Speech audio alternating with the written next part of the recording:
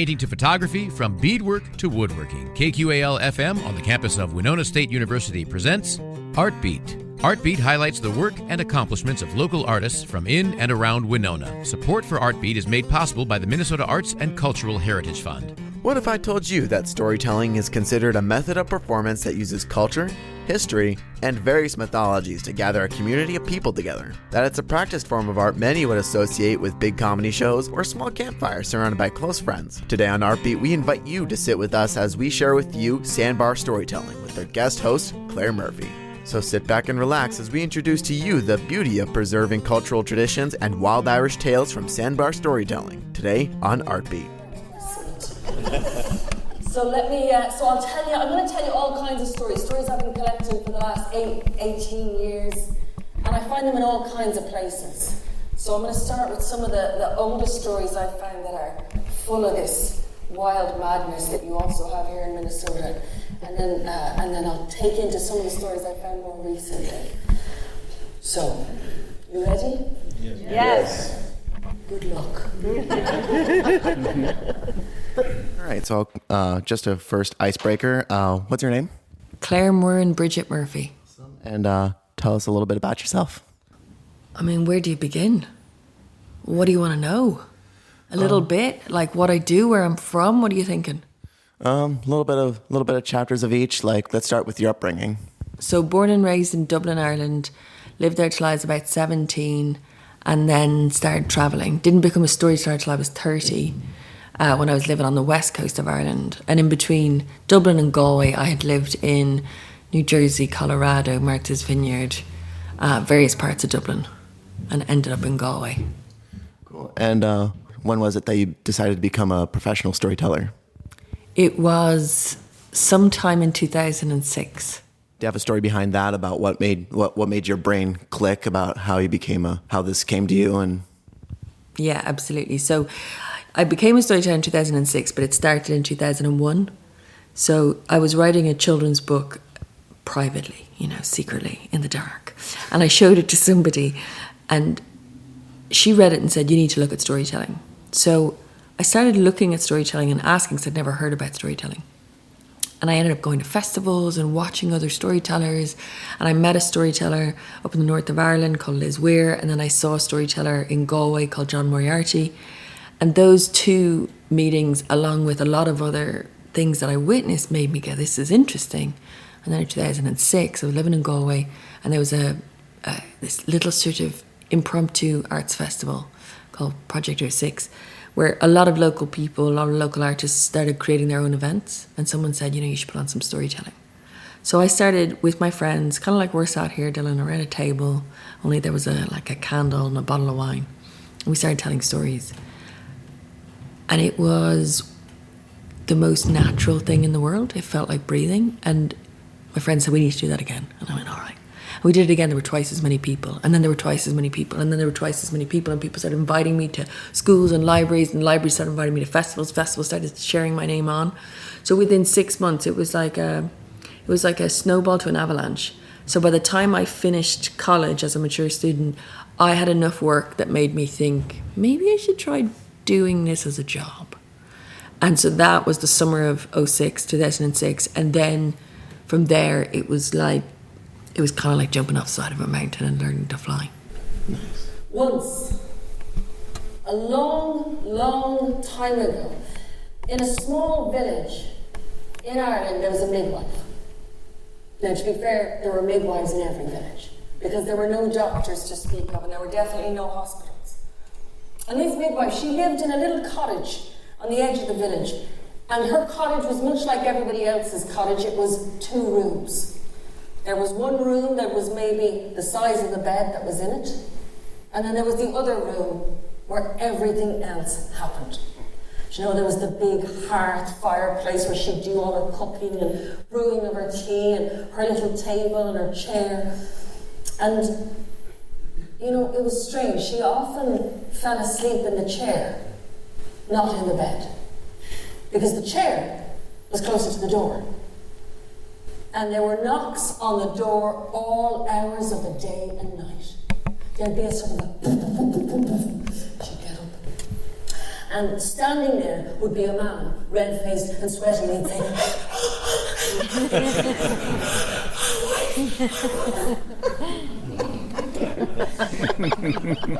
"You're all right. You're all right." And she'd go, the midwife, and she'd go to get her bag. Her bag, which was full of medicine and poultices and cloths, and she'd take the bag and she'd take the wisdom in her head, and she'd follow the man who would be now running, screaming across the village, and they'd get to another little cottage, the door would be flung open, and there'd be the woman with the sweat and the tears and the blood and the water, and she'd look down at the woman and she'd say, "You're all right."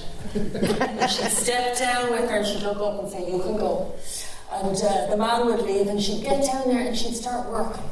She'd start working with the woman and soothing her and singing to her and speaking to her and getting her into the right position. She'd be moving the arms and the legs, and she'd be checking on the baby the whole time, and she'd be moving and massaging and talking and soothing it. The baby would arrive, just like that, right? I haven't experienced it myself, so I usually check. So she would wrap up that fresh little new life, that little boy, that little girl, and she'd hand them over to the waiting parents, the excitement of new life, and they would then pay her with whatever they had, which in those days, wasn't much. So they might pay her with cheese or with bread. They might pay her with meat, or if she was lucky, they'd pay her with money. And then she'd go home. And that was her life. She loved her life. So one night, she was sat in that little chair, and it had been a long week. She had already delivered 4 babies. And she was sat there, and she had a glass of whiskey. It was well deserved. And so she was just starting to relax when there was this. So you said you started when you were 30. How long have you been a professional storyteller? So since then, it's 18 years in the count. I'm 46. You'd think that's 16 years, but when you count all of 2006, anyway, it's 18 years of making my living as a storyteller. Huh. Yeah. Right. And a little side question: what are your thoughts on people see what you do, and people think this is something that I want to get into? What are your thoughts on that, or what would you say to those people who want to take what you do and kind of make it their own? This is an interesting question. This is a very good question. There's a couple of things I would want people to think about. One is everybody tells stories. Everybody on the planet tells stories. If you want to do it as your career, it's a different thing, right? So there's ways in which you can join storytelling groups and storytelling circles, and you can just practice the art of telling stories. And I really, really, really, really recommend that for absolutely everyone on the planet. If you want to do it as a job, like all art forms, it takes a lot of time. You end up sacrificing quite a bit of other things in order to get good at it. In the storytelling world, you end up traveling a lot unless you live in a big enough place. You can get a lot of work where you are. So think about if you want that as your career. I would spend about 12 months looking at other storytellers and what they're doing and how their lives are, and decide if that's what you actually want. Or if you want it as a hobby, then go do the math and go do the storytelling circles and, start getting your voice out that way. Because for other artists, for poets and for everybody really, I think storytelling as a hobby is a really good support mechanism, right? For supporting other skill sets that you can develop. But as a career, it just takes a bit more effort. And standing there, filling the doorway, was the tallest, most drop-dead, gorgeous man she'd ever seen in her life. He sort of just, with everything just sort of filled. And he looked at her, and she looked at him, and she said, "Hello." And he said, "Are you the midwife?" "Yes, I'm the midwife. Everybody wants the midwife." And he said, "Come with me. My wife is in terrible danger." And so she went and she got her bag and she turned. And then the man stepped back and he revealed his horse. Huge, black horse. With a single movement, he was on the horse. With one hand he reached down and he picked her up and he put her behind him on the horse, and he said, "We're going far, and we're going fast. You might want to hold on tight." And she said, "Well, if I have to." She's told. And the tall, handsome man, he gave a kick with the heel, and the horse leapt into a full gallop from standing. And how many of you here ride horses? Yeah. No? How many of you have been on a galloping horse? Yeah. It's incredible, isn't it? It's a beautiful feeling, because the horse does something incredible when they gallop. It almost feels like you're flying, doesn't it? It's so graceful. And so she had her arms wrapped around this beautiful man, and she was on this horse that felt like her. So she just closed her eyes to enjoy this one little moment of peace before she was going to have to go back to work. And she enjoyed that sensation of flying, and then she opened her eyes. And they were flying. They were flying over fields and trees and rivers, and that meant that this was not a normal horse. And that was not a normal man. That had to be one of the fairies. And she leaned around him and she saw they were headed straight for this enormous mountain, and they were going so fast there was no way they could stop in time. And she thought, this is it, I've been kidnapped and now I'm being taken to my death, and there's nothing she could do, so she just braced herself for death. And nothing happened. And she looked, and the mountain had opened, and they were riding inside the mountain. And in it was a hall as big as this magnificent theatre, and hanging were these long, beautiful drapes, these beautiful silken drapes everywhere. And there were tall men and tall women all watching them. And the man stopped the horse. He said, "She's down here." And he led her past all these tall, otherworldly people, down into this little room, and in this room was a bed, and on the bed was a fairy woman. You could tell by the length of her and the face of her, but her belly was huge, and her face was twisted in pain. And the midwife, she knew her job. She climbed onto the bed, and she said, you can go. Hiya. The belly had already told her so much, so she could tell just by looking that the baby was breech. Right, so some of you know what that means, is the baby's the wrong way around, so the feet were going to try and come out first, and that could be death to the mother and the baby, so she got to work. And she started pushing and pulling, pushing and pulling and talking, pushing and pulling and talking and soothing, and all the while she kept saying, turn, turn, turn. Hour after hour after hour after hour, turn. I don't know if that baby heard her, but that baby turned. And finally, 8 hours later,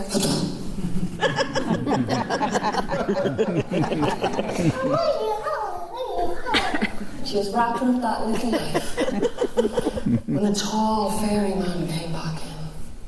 He said, well, she said, you have a son. And he reached into his pocket and he took out a glass jar and he said, here, cover the baby in this, the ointment inside this jar, but get none on yourself. Wash your hands carefully.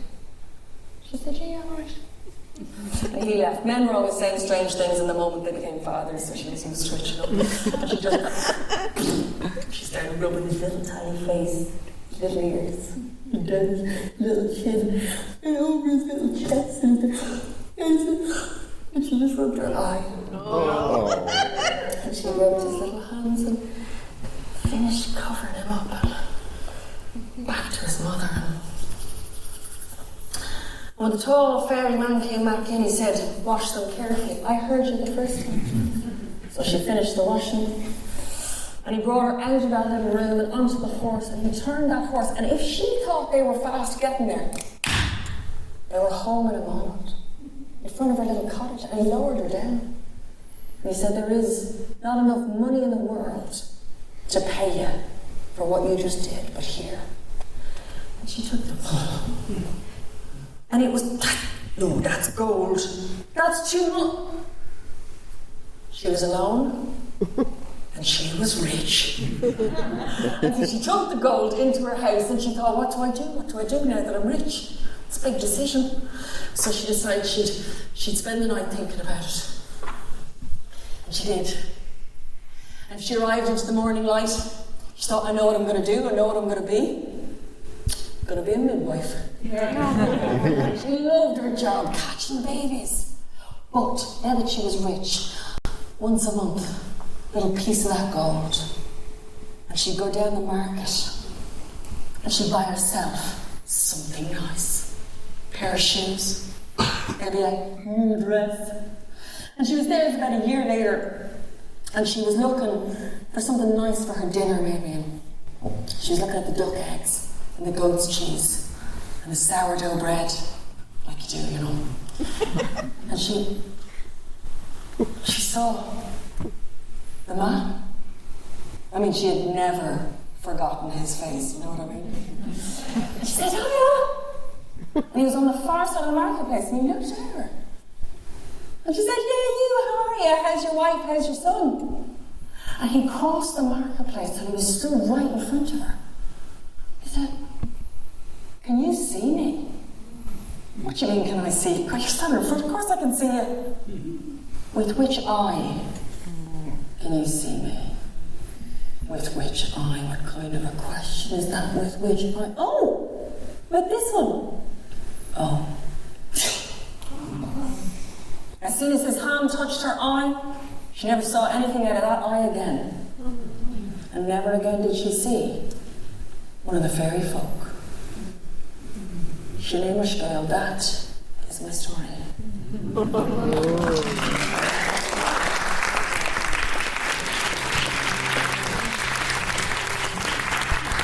A big thanks to Clare Murphy and the people behind the scenes of the Sandbar Storytelling Fest for making this episode possible. Be sure to check out next week's episode for a part 2 continuation from our lovely guest speaker. To check out the Sandbar Storytelling Fest, visit sandbarstorytellingfestival.org, and to keep up with Clare Murphy, visit claremurphy.org or her Instagram at StoryClaire with no spaces or capital letters. I'm Dylan Ozate, and for more talk about art or other similar events, tune into Artbeat Tuesdays at 12:30 p.m. right here at 89.5 KQAL. Artbeat is written and produced by KQAL-FM on the campus of Winona State University. Visit us on the web at kqal.org.